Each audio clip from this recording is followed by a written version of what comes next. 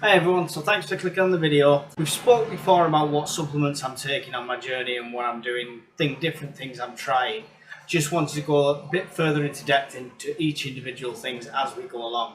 And one of the main ones to start with is whey protein. This is just for anyone like me who just wasn't quite sure what I was having each time, and rather than just going off trends and what people are telling you, a bit of research goes into it so you can actually see what you're doing. So what is it? Whey is one of the two types of protein that's a byproduct of when they convert cow's milk into cheese. Whey is considered by many in the industry to be one of the best forms of protein because of its high branched chain amino acids and its high biological value. So for me, for my use, it's basically just for repair and rebuilding of the muscle tissue as you break it down as you're doing workouts. So it's more of a recovery thing of the natural growth that I'm creating. Early studies have linked protein with higher endurance and a stronger immune system. But whey protein supplements are mainly touted to be a way to fight stress, increase energy and improve mental focus. And very early studies indicate that whey protein can have cancer fighting properties. It's also said to control blood sugar, lower cholesterol, treat asthma and possibly prevent allergies. Now all these are just studies that you can find and read out there, and some of them are very early stages. Whey protein's been at the centre of my diet throughout the current carb cycling and through previous keto and things like that. It's a key element to building lean muscle while trying to lose body fat. Now I don't think I'm ever going to be one of those bodybuilders who can eat 7 meals a day and just eat and eat and eat and constant and fish and a rice cake, fish and a rice cake, fish and a rice cake. 8 o'clock in the morning I'll have fish and a rice cake. At 10 o'clock I'll have fish. At 12 o'clock I'll have fish and a rice cake. At 2 o'clock I'll have fish. But what the protein does is give me the option of 2 of them meals being a nice portion of this shake of whatever flavour I decide to go for at the time.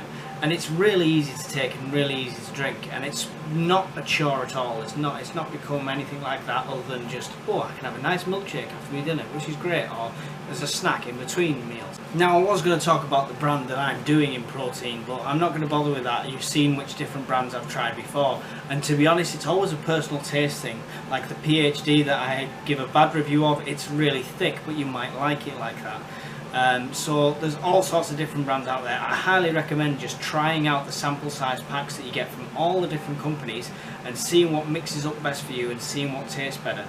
Even a brand can mix differently with different flavours, as I've noticed recently with the sachets I've been getting from one company, and 2 of the flavours mixed up to the consistency I loved and using exactly the same amount of water, others didn't. So having the protein keeps me on track with my diet a bit. Not that I don't slip up and have the odd treat, but the important thing if you do slip up is just to get back on the horse.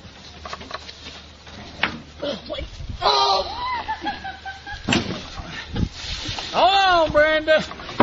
You buy it. And just get back on that. Now I always said don't be afraid to fail. For anyone that's seen my social media posts, because I'm on Facebook and Twitter and Instagram, and you can see all them links below, you'll have seen the 7-month change that I've done so far. In fact, I'll put it on screen for you now. Now you can see a difference, and I can see less of a difference than other people seem to be able to see. Other people seem to see more of a difference than I do, but for me it's just not as good as I want it to be in 7 months.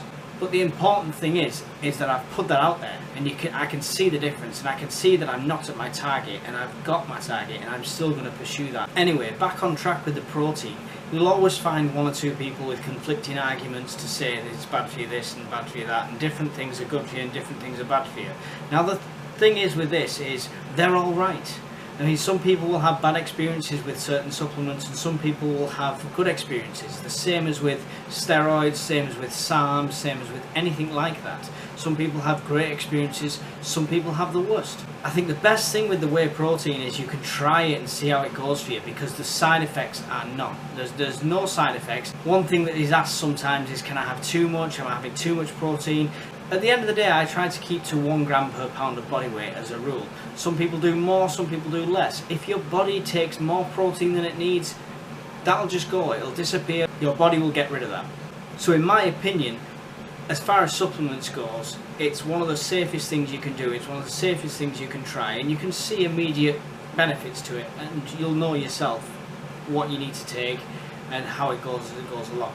Anyway, that's just my 2 cents, so I hope it was a little bit of a help to you, and I hope it gives you a bit of guidance as to what you're doing with the whey protein. Or if you'd like to ask me any questions, just please comment below. I will reply to every single one of them. Thanks again for watching. Don't forget to smash that thumbs up button if you liked the video, and subscribe if you haven't already to see our latest content. I do appreciate every single one of you. Thanks a lot. Bye.